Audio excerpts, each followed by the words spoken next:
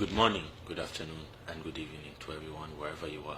My name is Sekai Solomon Kampala Chapulani, and today I will be talking about the late retired Major John Kazora's book, Betrayed by My Leader. Betrayed by My Leader takes us through the late retired Major John Kazora's life in the Bush War and how his leader, Yoweri Kaguta Museveni, betrayed his principles over time.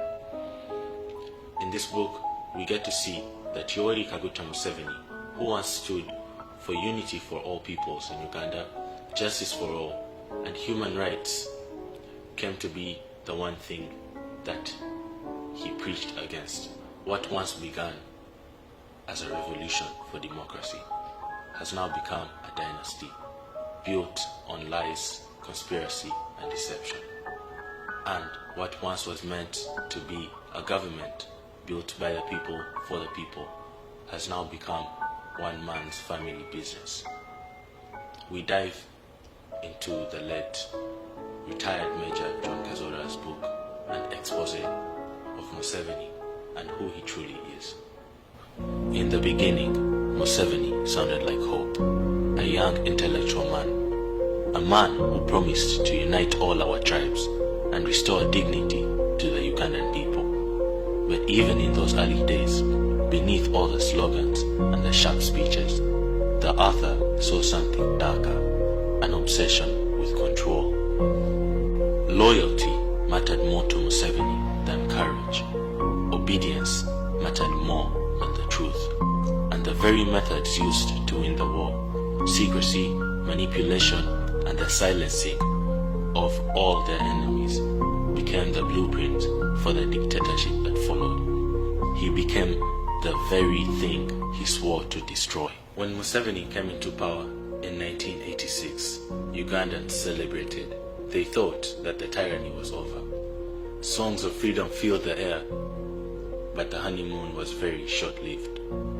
Shortly after, all political opponents to Museveni either disappeared or were incarcerated. Let's speak facts. Museveni abolished political parties. He abolished political parties and replaced them with a movement system, a one-man structure that demanded loyalty over political freedom and demanded loyalty over the love for your people. Museveni built the NRA into the UPDF, and this new UPDF was Museveni's own little personal army, which he used to purge political enemies and to silence the Ugandan people. Anyone that came up to say anything against Museveni was immediately silenced. Even his own comrades, the likes of Besigye, Sejusa, and Mushega, all were silenced. Some were exiled, jailed, and some were even killed. All of these among others. These were the tactics that Museveni used to intimidate and silence the Ugandan people right after he came into power. This is how Museveni has held power for such a long time. By the mid-90s, the Bush Wars dream was now gone, rotten.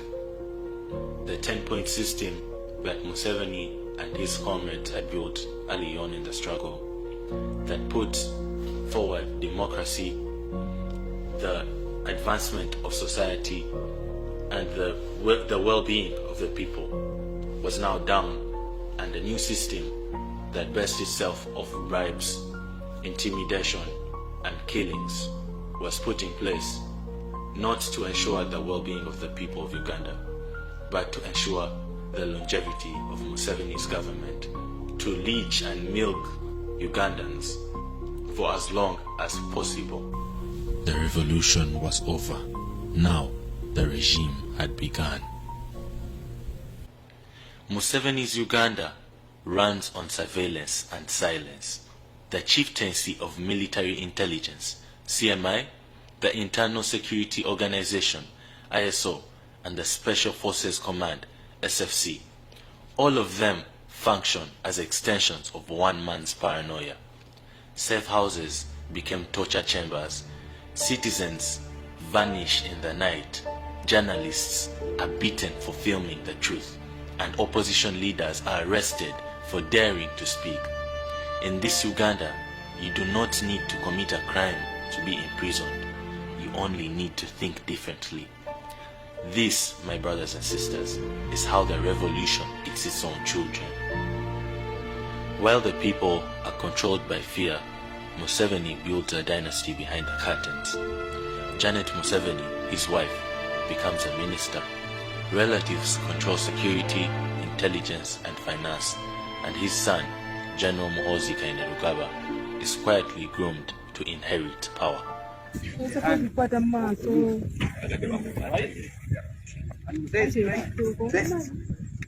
Make sure those people are not happy in this country. Right? Are we together, my friend? Now.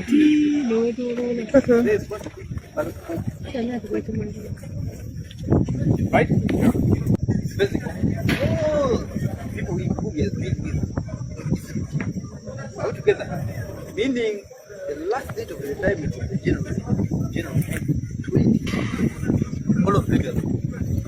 Right? Now 2028, we shall identify officers which we are doing now. Where the regions where they come from. What is called MK project. MK what? Project. MK project. Go against it. I am telling you, we shall crush you. We shall do what? We shall crush you. I am not a Munyankole. I have never been a Munyankole. My mother is a Mutoro. Sawa.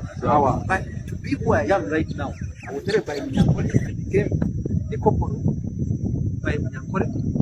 I became a Usumite by Munyankole. I became a PC by Munyankole. I became a lieutenant by Munyankole. And I am here in Rivertown by Munyankole. Yes, sir. So there is no way whatsoever that I can betray you.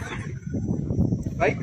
So you have become an officer. I'm telling you this bitter message. I'm telling you what? It's a very bitter message that you have accepted it. That if they come, we finish 2026, he comes, we hand over in 31, give us the blessing, then the MK project takes what? And if you want to enjoy this summit, I'm telling you, if you want to enjoy this summit, you must vote. Are we together in a campaign? Yes.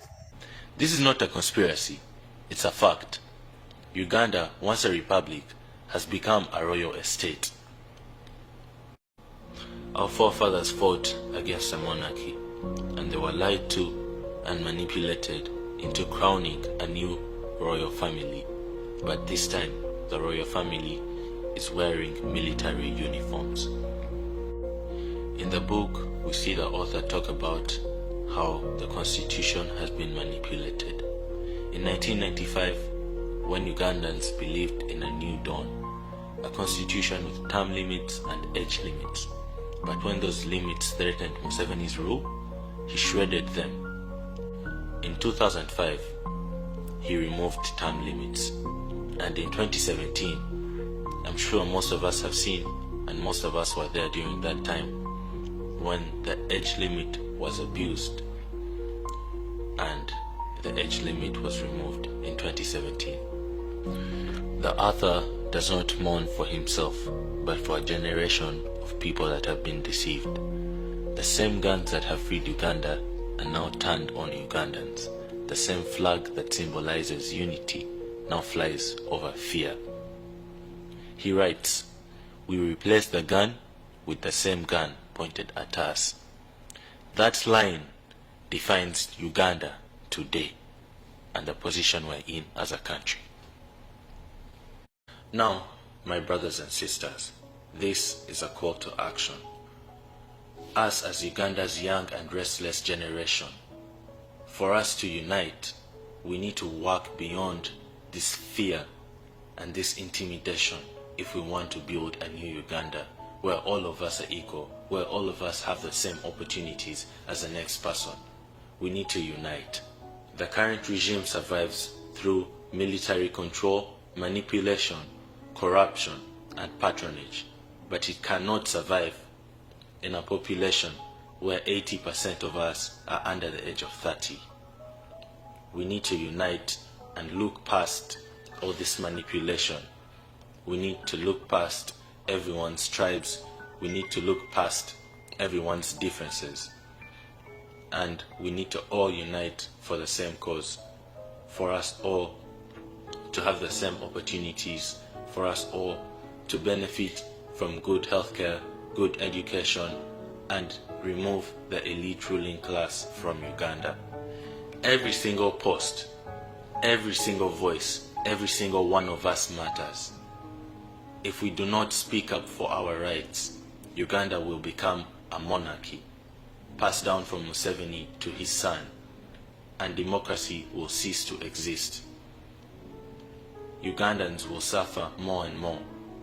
Let us eradicate this disease from Uganda while we still can.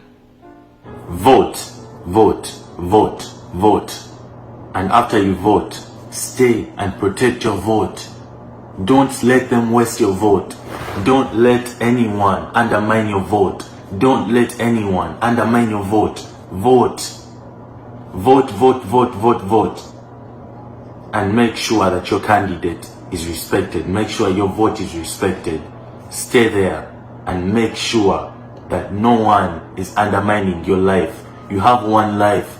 Use it well. Thank you very much.